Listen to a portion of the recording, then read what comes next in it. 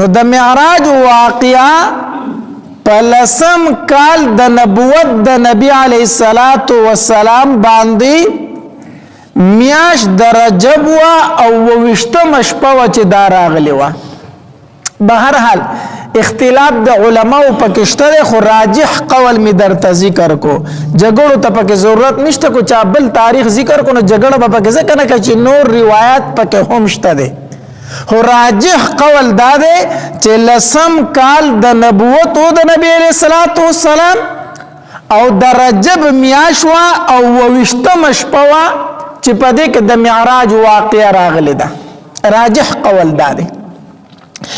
نبی علیہ الصلوۃ والسلام د خپل د تر لور ام هانی رضی الله تعالی عنها فکور کې ودو.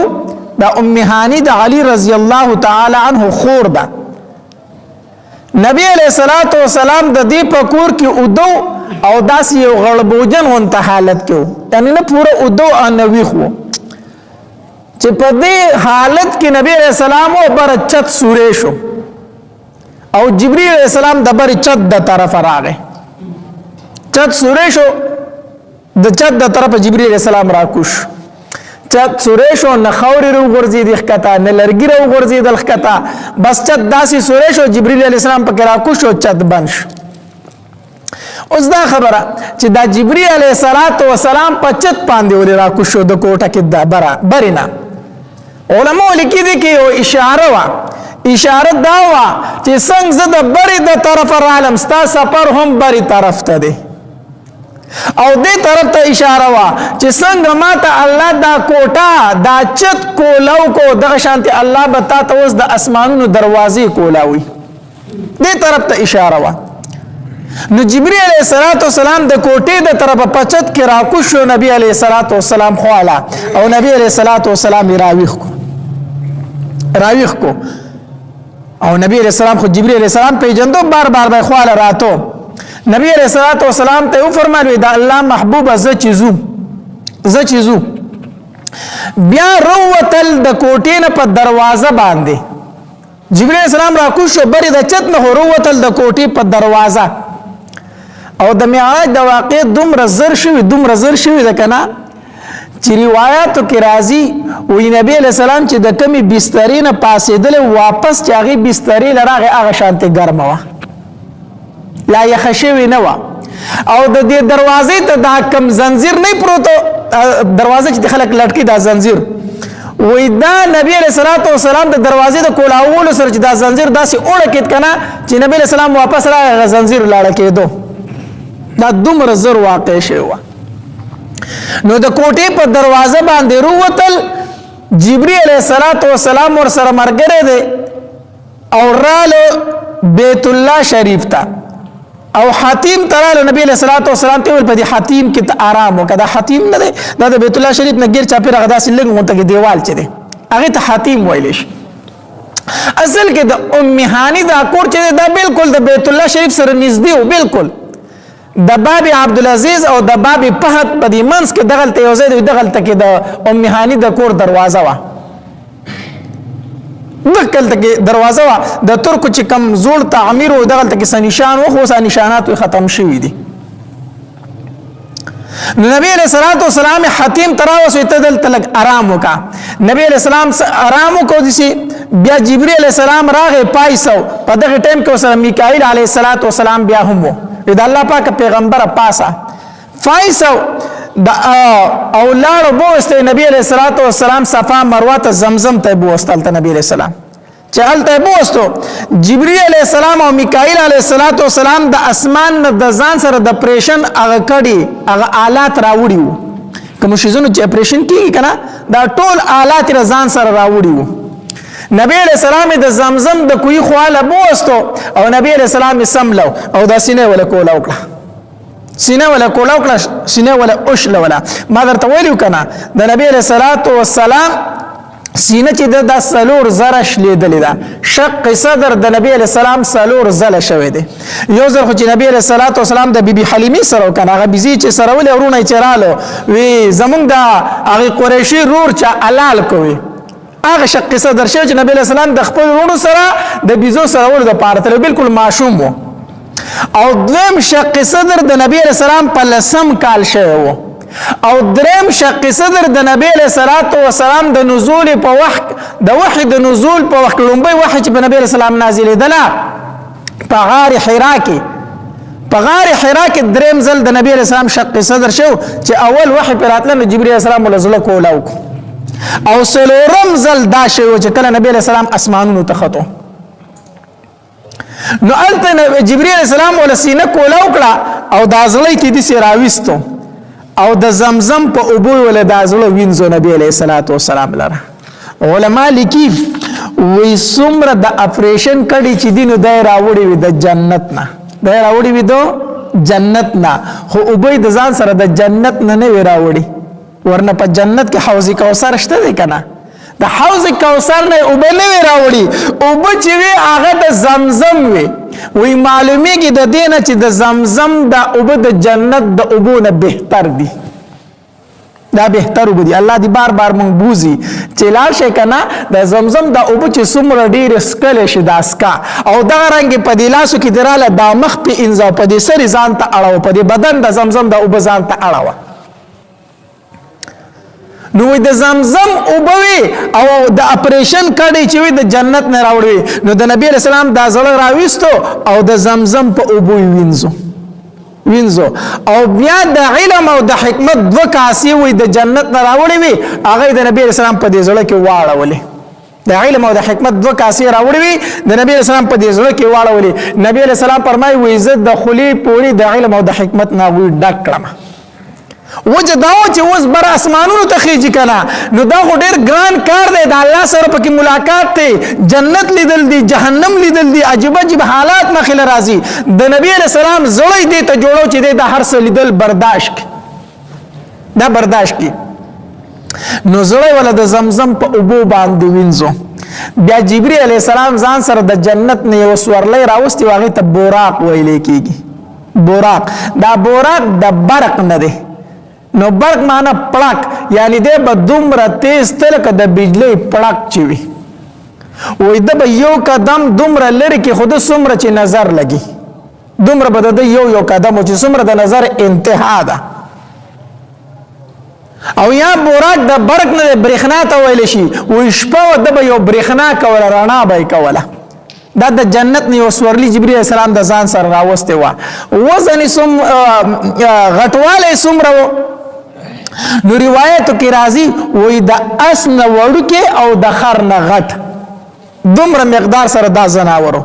د اسن وړکه او د خر نه غټ دومره مقدار سره دا زناورو نبی علیہ الصلوۃ والسلام ته ویل وې دا مې د جنت نه سورلی راوستي دي تسورېګا دي تسورش روایت کې راځي وې چې کله جبرئیل علیہ الصلوۃ والسلام نبی علیہ الصلوۃ والسلام ته فرمایل کنا وې دې سورلې تسور شه وې نبی علیہ السلام داسې په سوچ کې ته تله او سورلې ته خپل نه کړه جبرئیل علیہ الصلوۃ والسلام ورته بیا وی چې د الله محبوب سورلې ته خيجه نبی علیہ السلام بیا نه خطو په دریم ځل ته جبرئیل علیہ السلام وی چې د الله محبوبه بوراق ته خيجه څه سوچ کوي نبی علیہ الصلوۃ والسلام داسې جبرئیل علیہ السلام ته مخ راواړو کنه چې جبرئیل زغه بوراق ته وخی جما او یقینا دا بوراق ډیر تیز رفتار دی او دې ما جنتونو ته ورسي او ما به اسمانونو ته ورسي جبرئیل خو ورسته زما امت زغه بوراق ته وخی جم ما به د جنت ته ورسي ما به اسمانونو ته ورسي خو زه بوراق ته زکه نخ بکم چې زما امت بس کیږي نبی علیہ السلام په خپل امت باندې دومره زیات غمجن په هر ټایم کې داغه په جبه باندې دا الفاظ امتی امتی امتی نن سبا چې امت ته و چې د نبی علیہ الصلوۃ والسلام په شان د شکل او صورت خپل کنه امتی دې ته نه دی تیار وای ما ته د انګریز شکل او صورت خوان راک نن چې امتی ته وای کنه دا جامع دي د نبی علیہ الصلوۃ والسلام د جامو په شانتي په سنت طریقې جوړ کړه د نیکانو خلکو جامع جوړ کړه دی وی ما ته د پلان کې اکټر جامع خوان راک ما ته پلان کې ډرامه کې پلان کې جامع خون راکې ما ته فلمي اکټر جامع خون راکې د په بازار کې ګرځي خپل بچو له هغه کپڑے ګوري چې کوم کپڑے په فلمونو کې خلکو اغوستي د امتی دا حالت ته د دومره نشي کولای چې خپل شکل او صورت د نبی علیہ السلام د شکل په شان جوړ کړي د دومره نشي کولای چې خپل بچو له د مسلمانانو کپڑے راوړي په ځای د دې چې د انګريزانو کپڑے راوړي نبی علیہ السلام وایي زه جبرئیل څنګه بوراک تخپه کما زما امت ما نه ورستو پاتې کیږي جبرئیل علیہ السلام ورته فرمایل وی الله تبارک وتعالى فرمایي چې اے زما محبوبه ستاد د امت متعلق په زتا خوشاله کوم زبتا خوشاله کوم د دې وجه نبی علیہ السلام فرمایي وی قسم په الله تر هغه پورې زب په جنت کې خپکه ندم تر سوچ می هر یو امتی د ځان نامخ کې جنت ته نه داخل کړي زب جنت ته داخل نشم تر سوچ می هر امتی جنت ته نه بوسته نن د امت څه حالت ته الله دې زموږ په حال باندې رحم وکړي نو جبرئیل علیہ السلام ورته فرمایي وی محبوبه بوراک ته وروخیجه نبی علیہ السلام بوراک ته وروخته روایت کې راځي وی جبرئیل علیہ السلام سره شاته کېناستو او میکائیل علیہ السلام د بوراک اغواګ ونیولې یوازې جبرئیل علیہ السلام او میکائیل علیہ السلام سره نو دا خو سره دوه غټي فرشتي وي 50,000 فرشتي د نبی علیہ السلام د پروتوکول د پاره راغلي وي 50,000 فرشتي د نبی علیہ السلام سره روان وي نبی علیہ السلام روان دي چې سمو دلاله کنه داسې لګ مزل وکړو نو جبرئیل علیہ السلام بوراک ادرو او نبی علیہ السلام ته راکوشه نبی علیہ السلام فرمایي زه کوشم مخ په غزمکه کې کجور ډیره زیات وي کجوري په ګډیره ولاړ وي جبرئیل علیہ السلام راته فرمایل چې 2 رکعات نفل وکړه نبی علیہ السلام او فرمایلی ما 2 رکعات نفل وکړو وی بیا مې د جبرئیل علیہ السلام نه تاسو کو جبرئیل دا کم ځای دی ما ته دا یثرب دی یثرب اوس ته مدینه ویل شي دا یثرب دی دا مدینه ده دې ته به هجرت کوي راځي ورته ایمه چې بیا بوراک ته سوار شو چې لګ مزل خو کو کنه وی نبی علیہ السلام بیا راته ول چې راکوشه وزه کوشم 2 رکعات منځ مې وکړو بیا راته جبرئیل السلام نه تاسو کو چې دا کم ځای دی وی ما ته وی چې دا کوه تور دی کم ځای کې چې موسی علیہ السلام د الله تبارک وتعالى سره خبرې کړې وي دا توري سینا دی ما وی چې ټیک ده بیا سوار شو بیا چې لکه مزل وکړو وی جبرئیل السلام راته بیا فرمایل چې راکوشه وی کوشما وی ما ته چې 2 رکعات منځ وکړه وی ما 2 رکعات منځ وکړو وی ما بیا د جبرئیل السلام ته تاسو کو چې جبرئیل دا کم ځای دی وی ما ته چې دا مدین دی د شعیب علیہ السلام مسکن دی داغه د اوسېدو ځای دی وی ما چې ټیک ده بیا خو لږ مزل وکړو وی نبی علیہ السلام فرمایي او جبرئیل علیہ السلام راته چې راکوشه بیا کوس کړم وی ما ته چې 2 رکعات منځ وکړه وی ما 2 رکعات منځ وکړو وی ما ورته چې دا کم ځای دی وی ما ته چې دا بیت اللحم دی کم ځای کې چې عیسی علیہ السلام پیدا شو د مریم بیبی نه بغیر د پلاره دا بیت اللحم دی دا د عیسی علیہ السلام د پیدایش ځای دی وی التمیم 2 رکعات منځ وکړو بهرحال پلار باندې تلو ډیر عجیب حالات راتلو نبی علیہ السلام فرمایي او جبرئیل علیہ السلام را سره مرګره دي او جدا ستلو نو پلار باندې یو بوډۍ خزوا وی هغه ما طرف ته اشاره وکړه چې دی خو راشه وی جبرئیل علیہ السلام راته فرمایل چې دی ته مګوره دی ته مګوره مخکې ځه موږ روانو چې لږ مخکې لاړو یو بوډا سړی و وی هغه راته وی چې دی خو راشه اشاره راته وکړه وی ما ته جبرئیل علیہ السلام فرمایل چې دی ته مګوره دته التفات مکو د طرف ته مګوره مخکې ځه چې لږ مخکې لاړم وی داسې یو څو کسان ولاړ دي وی هغوی راته دا الفاظ وویل چې السلام علیک یا اولو السلام علیک یا آخرو السلام علیک یا حاشرو سلام دی پتا باندې اے اولا اے آخرہ اے راجم کون کیا نبی علیہ السلام فرمایي دا الفاظ باندې په ما باندې سلام واچو وی ما ته جبرئیل علیہ السلام فرمایل چې دوی له جواب ورک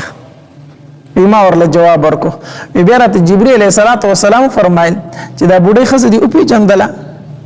ما ورته چې نه جبرئیل دا خو مې ونه پیجنده ما ته چې دا دنیا وا دا بوډۍ خزه چې دا دنیا وا دنیا او د دې دنیا دومره لږ وخت پاتې دی څومره وخت چې د دې بوډۍ خزه پاتې دی ځکه دا اخیری پیغمبري ستانه وروسته بل پیغمبر راتلونکی نشته دا دنیا به ورانیږي د دنیا اوس ډېر لږ ټایم پاتې دی لکه د دې بوډۍ ښځې چې څومره عمر پاتې دی ما ورته وایي چې جبریل دا بوډا څوک و دا بوډا سړی څوک و ما ته وایي چې دا بوډا سړی چې دی دا شیطان و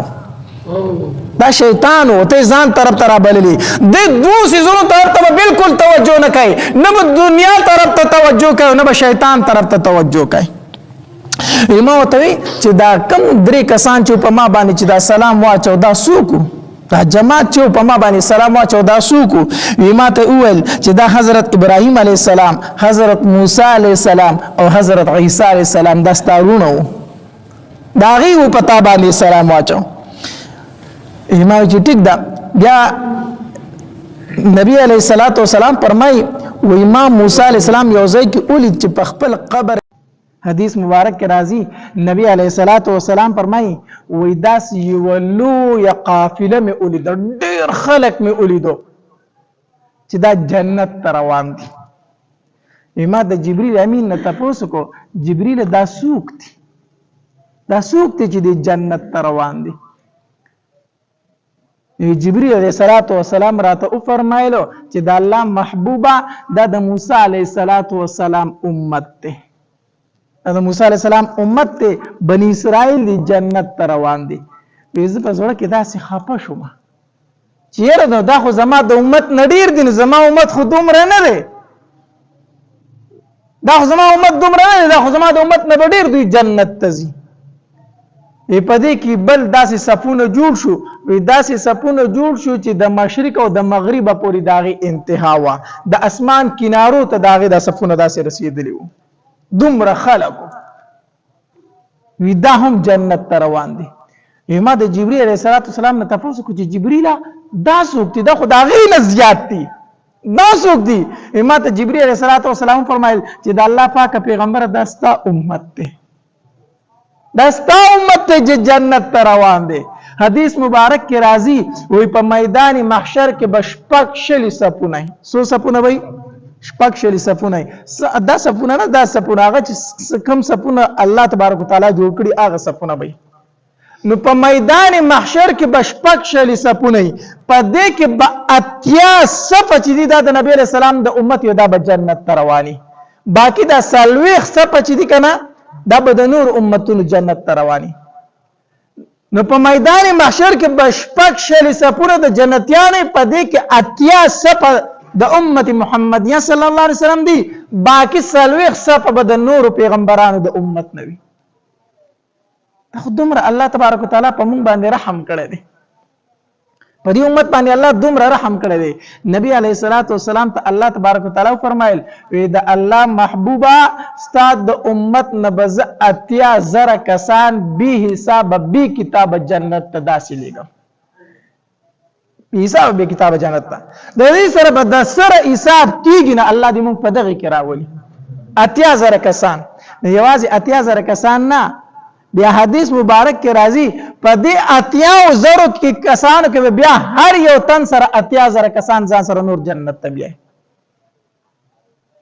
الله تبارک وتعالی به 80,000 کسان جنت ته به حساب به کتاب جنت ته داخلي بیا په دې 80,000 کې هر یو تن به ځان سره 100 کسان جنت ته بیاي 80,000 نور به حساب به کتاب ځان سره جنت ته بیاي دا د الله تبارک وتعالی خصوصي رحم او فضل دی کنه دی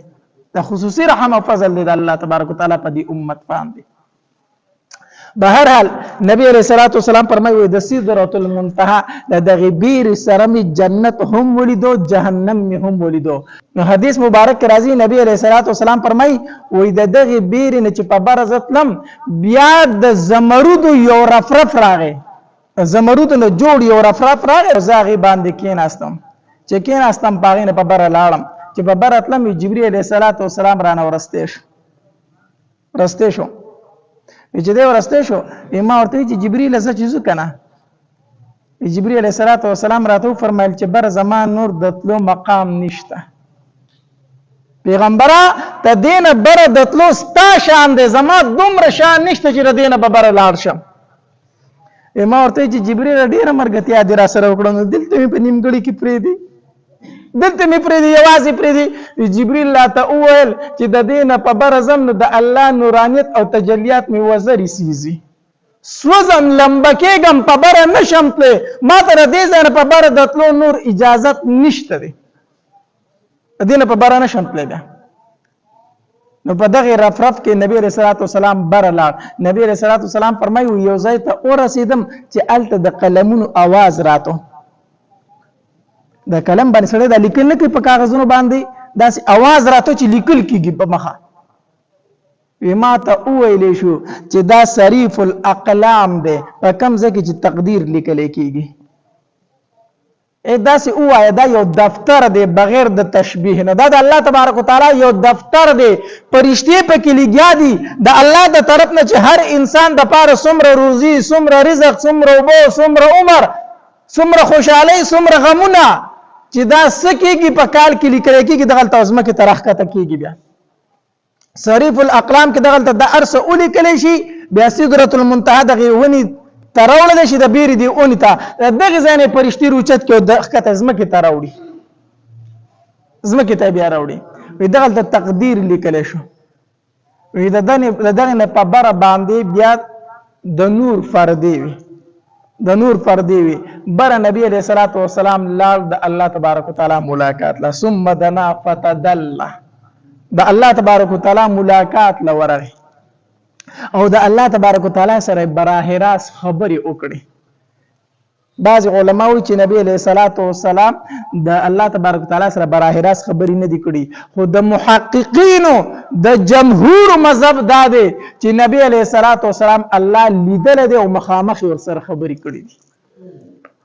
چې څنګه بره لاړ الله تبارک وتعالی ورته وفرمایل وی محبوبه څوک چې د چا خواله ځینې یو ډالۍ او یو تحفه وله وړي ته د دنیا نه رالې بره ماله اسمانونو ته راوختې ماله دې څه تحفه څه ډالۍ راوړې ده تا ماله څه راوړي دي نبی علیه الصلاۃ والسلام ورته سر به سجود شو سجده یې وکړله او شروع شو وی التحیة لله والصلوات والطیبات التحیة لله الله دا ډالۍ مې درله راوړې ده زما د ژبې چې څومره عبادت دی زما او زما د امت هغه ستا دپاره دی الله التحیة لله زما په ژبه باندې ثنا صفت په صرف ستا کېږي زما د ژبې عبادت الله تعالی لره دی والصلوات الله زما د بدن او زما د امت د بدن عبادت تعالی لره دی والصلوات والطیبات الله زما او زما د امت مالی عبادت تعالی لره دی الله دا تحفه او ډالۍ مې درله راوړي چې دې نه بله غوره ډالۍ او تحفه شته نه الله التحیة لله الله د ژبې عبادت تعالی لره دی والصلوات د بدن عبادت تعالی لره دی والطیبات د مال عبادت مې الله تعالی لره دی نو الله تبارک وتعالی ورته وفرمایل السلام علیک ایها النبی ورحمت الله وبرکاته السلام علیک سلام دی پتا باندې ایها النبی اے نبی علیہ الصلوۃ والسلام ورحمت الله زما رحمتونه دی پتا باندې وبرکاته زما برکتونه دی پتا باندې الله تبارک وتعالی په سلام ور واچو نبی علیہ الصلوۃ والسلام حیران شو چې الله خو په ما باندې سلام واچو ما ته خیر علی وی نو زما امت خو پاتې شو بیا نو نبی علیہ السلام ډایرک وی السلام علینا وعلى عباد الله الصالحین الله په ما دې سلام وی او الله زما امتو وعلى عباد الله الصالحین فغیدم د الله تبارک وتعالى سوی سلامونه وی اور تاسو پیغمبر چې په هیڅ حالت کې مونږ نه ير کړی په هیڅ حالت کې مونږ نه ير کړی د الله سره په ملاقات کې مونږ نه ير کړی چې الله په هغه باندې سلام ورواچو نبی علیہ السلام الله زما په امت باندې سلام زما په امت باندې سلام بیا ورته الله تبارک وتعالی د خپل طرف نه درې تحفې او درې ډالۍ ورکړي یو د پنځو منځونو تحفه او ډالۍ ورکړه دویم د سوره بقره چې کوم اخیری آیتونه دي كم ذي آمن الرسول بما أنزل إليه من ربي والمؤمنون أو لا يكلف الله نفسا إلا وسعها دا آخری دو آیاتونه چې کوم دي د سوره بقره دا تحفه نبی علیہ الصلوۃ والسلام ته ورکړه مطلب دا دی چې د الله پاک پیغمبره خپل امت ته ووایي چې زما نه دعاګانې غواړي. لا يكلف الله نفسا الا وسعها لها ما كسبت وعليها ما اكتسبت. الله په موږ باندې هغه بوجونه مګ چې کوم په تیرو امتونو دي یې خو مونږ هغه نشو برداشت کولی. الله هغه ګناهونه په مونږ باندې مګ ده. لکه یو سړی به ګناه وشو چې سهار به راپاڅېدو په ور به یې لیکلی شوي پلان کې ګناه کړې ده. په ور به ورته دا لیکلی شوي چې دې سړي دا ګناه کړې ده. الله دې زمونږ پردي وساتي. مونږ څومره ګناهونه کېږي نو که دا مونږ ته په هر سهار په ور لیکلی کېدی مونږ به د سترګو د لګېدلو وو په دې دنیا کې. دا رنګ یو ځای به پلیت شو کپړه کې هغه به هله پاکېده چې هغه ځای دې کټ کړی وي په اوبو باندې هغه نه پاکېدله. مانځل خپل عبادت له به خاص کر خپل عبادت خانې ته ځي. دلته خو چې د مونځ ټایم شو په پټي کې په پوله ودرېږم دې مونځ کېږي. نو ډېر کارونه درانه په هغې امت باندې او الله دې امت ته معاف کړي دي. نو دا دعاګانې زمانه غواړئ. نو یو د پنځو مونځونو تحفه دیم آمن الرسول بما انزل الیه من رب والمؤمنون دغه د سورې بقرې آخري 2 آیاتونه دا ورته میلو شو. او دریم ورته دا ډالۍ میلو شه چې ان الله لا یغفر ان یشرک به ويغفر ما دون ذلك لمن یشاء. د الله پاک پیغمبر چې یو سړی زما سره شرک وکړي هغه نه بخم نور مرتکب د ګناه کبیره ته به هم بخنه کوم. دا دریم ډالۍ میلو شو چې یو سړی ګناه کبیره کړي غټ ګناه کړي هغه همیشه د پاره په جهنم کې نه ساتم جنت ته به لېږم چې ایمان یې راوړی وي. نو دا درې خبرې نبی علیہ الصلوۃ والسلام ته په تحفه کې میلاو شي. دا منځونه اصل کې 50 منځونه نبی علیہ الصلوۃ والسلام ته میلاو شي. نو چې د الله تبارک وتعالى نه واپسې کراتو نو په موسی علیہ السلام په ابراهیم علیہ السلام را تیر شو. ابراهیم علیہ السلام ورته کاش کوش اونې کوس خبره سره ونه کړله چې موسی علیہ السلام راغی. نو موسی علیہ السلام ورته فرمایل دا الله د طرف نه دي سره وړو. نو نبی علیہ السلام ورته فرمایل ای زمارو رماله 5 منځونه په تحفه کې 50 منځونه په تحفه کې راکړو. موسی علیہ السلام ورته فرمایل وی ډیر دي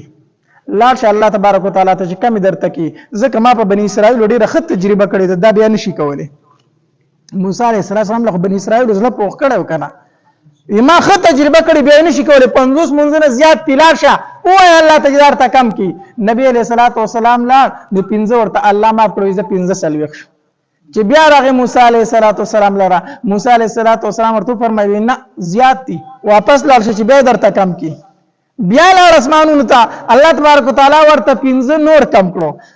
بیا چې راغی موسی علیہ السلام ورته فرمایي سلوي کوم زیات دي بیا لاړ شه.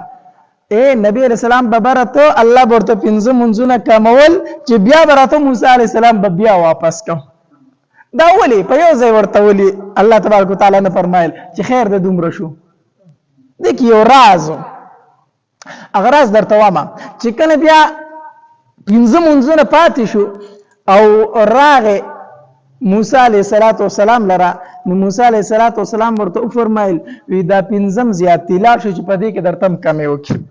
نبی علیہ السلام ورته فرمایل ای زمارورا نور مال شرم راضی مال حیا راضی چې زه الله تعالی شم چې دا 15 زیات دام کم کا نور مال حیا راضی زه نشم چې الله ته نور درخواست نشم کولای چې دا 15 کم کا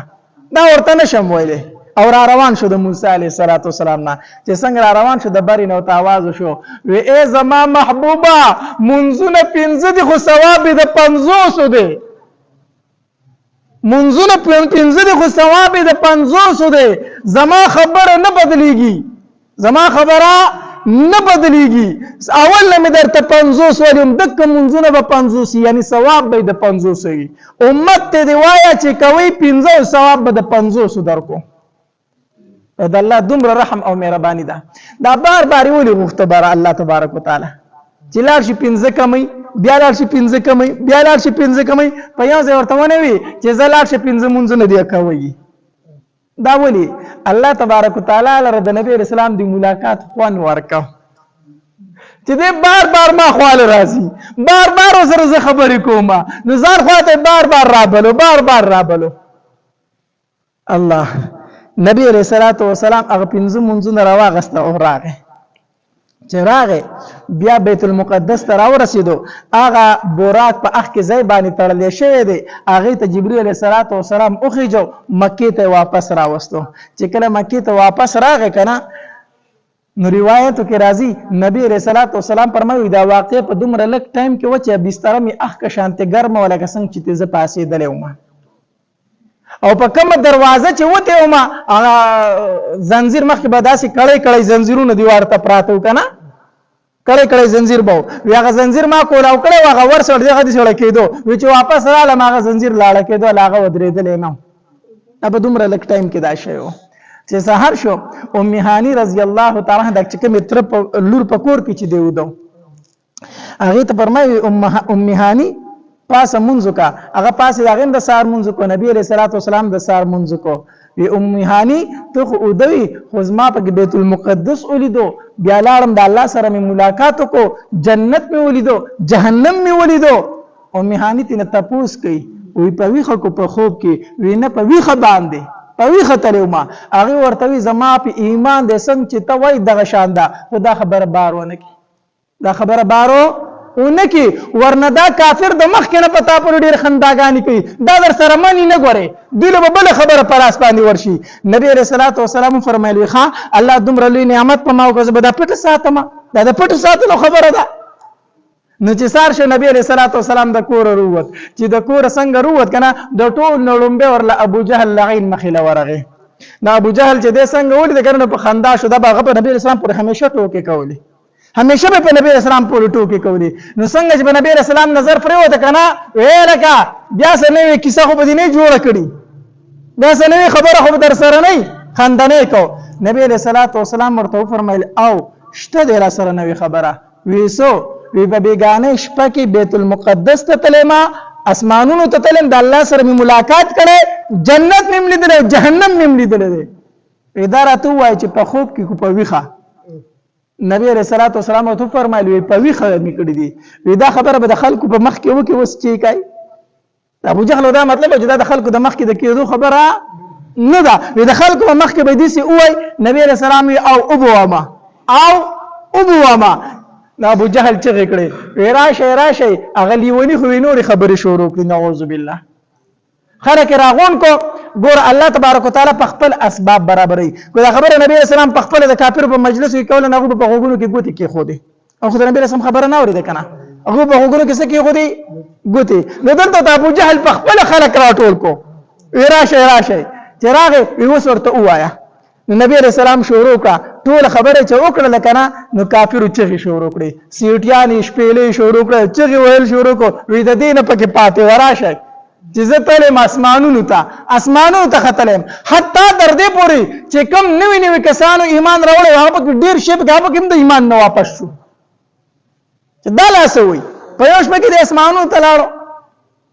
ښه ویزه ابو جهل وی زه یو خبر اور سره کو وی تاسو چپ شئ یو خبر اور سره کو وی تا بیت المقدس لیدلې دی وی او ما پکې مونږ کړی دی مونږ پکې کړی او دوه رکعاته مونږ پکې کړی دی وی صحیح ده وی دا راته ووایي چې بیت المقدس کې څو دروازې دي اوس نبی علیه السلام پریشان شو نبی علیه السلام څه شو تاسو روزانه د جمعه ته مانځه راځئ که نه راځئ دا وړوکی جومات دی زه درته هم په دې کې څو کېړکۍ دي تاسو ډایرکټ ماله جواب راکولی شئ هلکه څو پنکې دي پکې چاته یاد دي ما ته لا پته نشته چې په دې کې څو پنکې دي نو چې په یو شي کې د غرض نه نو څه به کوي زه د خپل پټکې روزانه هم کوسته ما ته وایي ستا پرې پټکې کې څو واله دي زه به هم چې ما ته څه پته ده چې دې کې څو واله دي په دې کې زما کار نشته دی نو نبی علیه السلام ته بیت المقدس کې څو دروازې دي اوس نبی علیه السلام پریشان شو دا را باندې څنګه تپوس وکړو دوی تپوس هم دا خو بېوقوفه دي خبره نه مني جبرئیل علیه السلام راغی وی د الله پاکه پیغمبره وایي ورته چې جواب درکوم نبی علیه السلام ورته وفرمایل وی او وامه درته چې بیت المقدس کې څو دروازې دي وی څو دي بس بیت المقدس نبی علیه السلام مخې ته داسې شو پردې ختم شو پردې د مخې نه لاړې دک شان مخامخ بیت المقدس جمعات نبی علیه السلام ته شو نبی علیه السلام ورته ګورې دروازې شماري وي واو دوه درې داسې اوس دا جمعات ما ته مخې ته څو کېږي زه به شمارم که نه نبی اسلام دا شمارل شروع کړو وی دومره دي پکې دومره کېړکۍ دي دومره دروازې دي دومره داسې دی هر څه ورته صحیح ووایي هغوی حیرانه شو بیا به کافر تاسو کو وی خزه تر ته دوایا چې ته بیت المقدس ته تل کنه زمونږ دو قافلې شام ته تل خو بدلی دي کنه اچرته وی نبی علیہ الصلوۃ والسلام ورته فرمایلی او لیدلی می او لیدلی می دي هغه یو قافله چې ده کنه هغه په پلان کې ځای کې را روانه ده غنم رنگ اوخت مخ کې را روان دي او په هغه باندې دوه بوزي پرتی دي غنم رنگ اوخت مخ کې را روان دي او په هغه باندې دوه بوزي پرتی دي او را روان دي خو په پلان کې ځای کې دوه خورکشه او په هغه پسې ګرځیدل وی کړه برارسي وی د شورو شپې له برارسي د شورو شپې له مکه ته رارسي او هغه غنم رنگ اوخ په مخ کې را روان دي دوه بوزي به پرتی وي وی زمونږ بل قافله وی هغه بل قافله و چې هغه په پلان کې ځای کې را روانه ده خو یو خبره درته بل وکم هغه ورته وسو وی خبره ده کنه چې داغي په خوا باندې زما بوراک تیریدو نه پای کې یو وخ د دې بوراک نه اوتریدو نو چې اوتریدو نه هغه وخ ډیر ناصافي ټوپ کوند هغه ټوپ سره راتاو شو داغي وخ په ماته شو وی ښا وی وی داغه پلان کې پکې جواب کې وب پرتی وی داغه نه مې وبم سکري دي دا ورته وی صحیح ده اوس دې انتظار کوي چې دا دروغ وي که صحیح وي دا خو دې ځان نه لګیا دی کنه نبی رسول الله سلام فرمایي د شورو شپې له قافله را رسی اوس د شورو شپه رااله را نږدې کېدون کې دا او قافله نخ کاش نبی رسول الله پریشان شو سخت خپه شو چې ما خو ورې شورو شپې له قافله را رسی شپه خوراله او قافله ښکاری چرته نه الله تبارک وتعالى نور ودرم نور په خپل ځای سکو خو د ټول قدرت د الله دی کنه نور په خپل ځای ودرو شپې نه غن راوستله په دې کې خلک څه ګوري چې غنم رنگ یو خو روان دي د قافلې نه مخکې او دوه بوجې په پرتی دي د پاسه او قافله مکه ته راتن نشو چې راتن نشو نبی رسول الله والسلام خلکو ته وګورئ ویلې مې درته کنه چې غنم رنگ یو په مخکې او دوه بوجې په پرتی قافله هغه درا ورسېده یو خبره خو رښتینی شو بل قافله چې رااله دا غینه تاسو کوم ویاله کا تاسو رښتیا و خو سم مسله راغلی و او هیڅ مسله نه راغلی خو دا وخت په یو ځای کې ناصافي او ترې دا چې ټوپې کوراته شو خپې ماته شو ویخه هغه بل قافله ته تاسو سره سواقع راغلی و مړی سواقع نه راغلی هو خرانه ورکشو په پلان کې ځکه هغه ډیر ستړي کړی وو بیا خو مونږ خو خبره خټوري رښتیا شي ابو جهل چې کړه ویره لوی جادوګر دی خدای مخ کې نه خبري او ته معلومي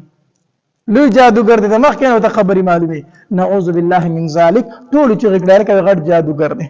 ګوره په تقدیر کې چې د چا ایمان نه وي کنه نه هغه باندې دا خبري بیان نه لګي